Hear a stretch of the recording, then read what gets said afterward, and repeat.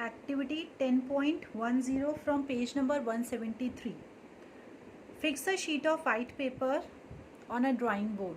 This is a white sheet of paper which I placed on a drawing board. Place a rectangular glass slab over a sheet of paper. Already I have drawn the outline of this glass slab and I just placed it over the outline. Now we have to take 4 identical pins. Instead of identical pins, I have taken these toothpicks. Okay, these are the toothpicks I have taken. Fix 2 pins, say E and F. What I have done, that first I draw the normal, okay, and I'm making one angle, that is the angle of incident, and this ray which falls at this point, this is known as the angle of incidence, incident ray. Now what we have to do, we have to place 2 pins, say E and F. I place 1 pin here and 1 pin here, okay, in a straight way, right?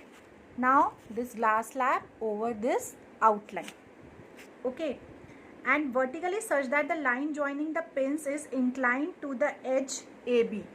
Where is the edge AB? AB is this edge. This is A and this is B and this is C and this is D, and these pins are E and F. This is a E and this one is F, right? Look at the image of the pin E and F through the opposite edge. This is the opposite edge.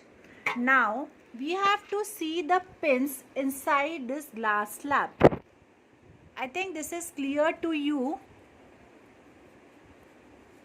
that you are able to see the image, see both the pins at a one point, okay. These 2 pins, see inside this glass slab, these 2 pins are at a same point. So what we have to do, we have to fix 2 more pins so that that EF point should meet with that these 2 points also. Now what I have to do, we have to see inside this glass slab and then we have to fix the point, or I am taking this pin so that all the pins, now see the image clearly, it is visible inside the glass slab. Now we have to put one more pin so that all 3 should lie in a same plane, right? So now one more pin we have to place so that all 4 lie in a same plane, little bit in this direction. So you are able to see all are placed in a straight line. Now I am getting these 2 points. This is 1 point, right? This point is P and this point is this 1 point and this is L. Now I am getting these 2 point on the other edge, okay. Now join these line and then we will see the difference. There is a lateral shift in the line, okay. There is a, why the line is above the image, there is a lateral shift. So now I just remove all the things. This one I will remove and then these 2 pins I will remove. Now I am getting these 2 points, these 2. So with the help of a scale, easily we can draw the line, okay. Now I will draw the line with these 2 points, L and P I will join. Now see, these 2 points I have joined. Now I have to extend this line. I have to extend this line with the help of a scale, right? With the help of a scale I will extend it, or first what I will do, I am getting this point. This point is known as this, I will give the point O dash, okay, and this is O. Now I have to join O and O dash with the help of a scale, right? Now I will join the line O and O dash with the help of a scale. See, I have joined the line. It is bent towards the normal because this is the air and this is the glass and this is air. Okay, now what I will do, so it is bent, the light here has bent, the light ray has bent towards the normal at a point O dash. The light ray has entered from the glass to air. This one, this is bent. So the light here has bent away from the normal. So now we have to compare the angle of incidence, this one, this is the angle of incidence and the angle of refraction, this one. Now this is also this, and first I have to make a, with rough hand I am making this normal. This is a angle of refraction at the both refracting surface AB and CD. This is a R1 refracting surface and this is R2, right?